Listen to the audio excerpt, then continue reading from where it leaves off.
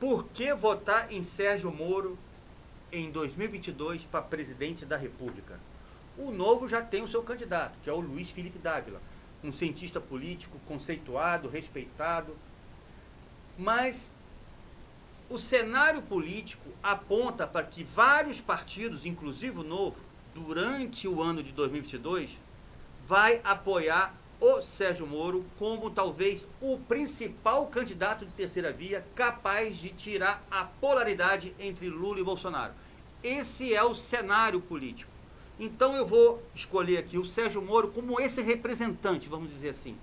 Por que votar nele? Eu vou responder essa pergunta analisando os três poderes da República: o Executivo, o Judiciário e o Legislativo. O Executivo, vou falar do presente e vou falar do passado.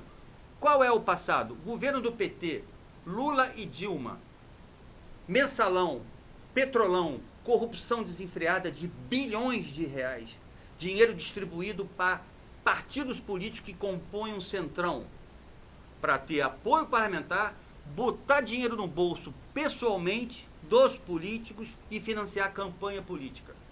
Mas na economia nós tivemos inflação a quase 11% no governo Dilma, tivemos um desemprego de 15 milhões de pessoas, tivemos um baixo crescimento e um aumento da dívida interna. Um cenário terrível que fez votar em Bolsonaro para presidente da República. Esse é o nosso candidato do presente. O que está acontecendo? A mesma coisa. Corrupção abafada com intervenção em órgãos de controle, Polícia Federal, Receita Federal, COAF, por aí vai, que não deixa investigar os escândalos de corrupção deste governo. E chegamos a uma inflação maior do que a Dilma no momento. Temos aí uma dívida interna em crescimento, investidores indo embora, crise econômica, um cenário de 2022 devastador que vai fazer com que o Bolsonaro perca, desidrata na campanha política para se reeleger. E no Judiciário? O que está acontecendo com o Judiciário? Os três poderes se uniram para acabar com a Lava Jato. E conseguiram. Acabaram com a Lava Jato. Inclusive, o Bolsonaro se vangloria de ter acabado com a Lava Jato. Onde, na época da campanha dele, uma das pautas era combater a corrupção. O que o Supremo Tribunal Federal faz e outros tribunais regionais? Eles montaram a segunda turma do STF, composto por Ricardo Lewandowski, Gilmar Mendes, Cássio Nunes Marques, que é indicado pelo Bolsonaro, que votou para soltar o Lula, votou pela anulação dos inquéritos dele, e do outro lado, Edson Fachin. O resultado dessas votações é sempre 3-1. O Edson Fachin sempre perde. E agora está entrando André Mendonça, indicado pelo presidente, para compor. Qual vai ser o resultado? 4-1. Então, o que aconteceu com essa segunda turma? De lá para cá. Arquivou denúncias contra Arthur Lira e Ciro Nogueira por insuficiência de provas na ação conhecida como Quadrilhão. Os dois foram absolvidos. Número 2. Rejeitou denúncia contra Ciro Nogueira por obstrução de justiça. Segundo processo do Ciro Nogueira, que é o nosso ministro da Casa Civil, que foi absolvido. Arquivou ação contra Aécio Neves por crime de Caixa 2 por excesso de prazo de investigações. Olha só, deram prazo demais para investigar. E por causa disso, arquivaram o processo contra ele. Que você lembra muito bem que ele recebeu 2 milhões numa mala do Wesley Batista, da JBS. Ainda falou que qualquer coisa a gente mata ele. Esse é o Aécio Neves, que foi arquivado o processo contra ele. Número 4. Anulou sentenças em favor, sabe de quem? Eduardo Cunha, um dos maiores ladrões da República. Por propina na Petrobras. Olha bem, o Eduardo Cunha teve a sua sentença anulada pela segunda turma do STF.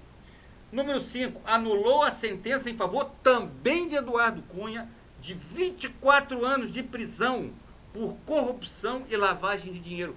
24 anos foi anulado o processo contra ele. Número 6, anulou a sentença em favor de Henrique Alves. Lembra do Henrique Alves, ministro do Turismo? De 8 anos de prisão por corrupção e lavagem de dinheiro. Ele era o ministro do Michel Temer.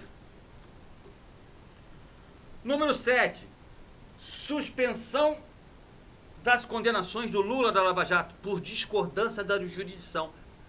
Todos os processos do Lula estão sendo anulados. Sabe por quê? Porque eles resolveram interpretar, depois de 5, 6 anos, que o Tribunal de Justiça, que deveria julgá-lo, deveria ser em Brasília, não em Curitiba. Depois de todo aquele trabalho da Lava Jato, do presidente Moro, dos procuradores, da Polícia Federal, aquela quantidade de processos, de testemunhas, delação premiada, devolução de bilhões de reais, depois de 5, 6 anos, o Supremo Tribunal Federal resolveu anular as condenações porque acha que o sítio de Atibaia, o triplex, não tem provas de que foi a Petrobras, a corrupção da Petrobras, que beneficiou o presidente Lula. Então, já que não tem essa vinculação, deveria ter sido julgado pelo tribunal em Brasília. Foi tudo anulado. E como ele já está com seus 70 anos, 76, 77 anos, está prescrevendo os processos contra ele. Quer dizer, o Lula não volta mais para a cadeia. Caso do triplex prescreveu pela idade de Lula. E o sítio de Atibaia rejeitado. Número 9. Os demais processos do Lula estão sendo arquivados um por um. 10. Michel Temer também teve todas as suas ações trancadas, alunadas ou absolvidas. Número 11. Moreira Franco também teve seus processos de corrupção e lavagem de dinheiro anulados por entendimento que o tribunal que julgou ele era incompetente. Ele devia ser julgado pelo Tribunal Estadual do Rio de Janeiro. Olha só. Olha que motivo importante para anular os processos contra Moreira Franco. José Dirceu, Vacari e Palocci, todos foram beneficiados também com processos anulados. Renan Calheiros, você já viu o Renan Calheiros ser condenado? Ele é réu em 13 processos, está sendo absolvido em um por um dos 13 processos que ele tem. Sérgio Cabral, que pegou 400 anos de cadeia, teve a sua primeira ação suspensa, pelo entendimento de que a Justiça Estadual do Rio de Janeiro deveria julgá-lo e não a Justiça Federal, o mesmo caso do Moreira Franco. Então, olha bem, todo o trabalho daquele Marcelo Bretas, aquele juiz do Estado, está sendo, olha, dilapidado. Fizeram isso com o Moro, agora estão fazendo com o Bretas. Você quer apostar comigo que daqui a pouquinho o Sérgio Moro, o último que está preso, vai ser absolvido também? E o Congresso Nacional? O Congresso Nacional, depois de você ver um cenário do Poder Judiciário soltar todo mundo, você entende por que eles votaram contra a prisão de segunda instância. E por que todo político, ele quer foro privilegiado. Porque ele sabe que o Supremo Tribunal Federal não vai condenar. Porque existe a parceria do Poder Judiciário com o Executivo. Olha, eu não ferro com vocês, vocês não ferram comigo.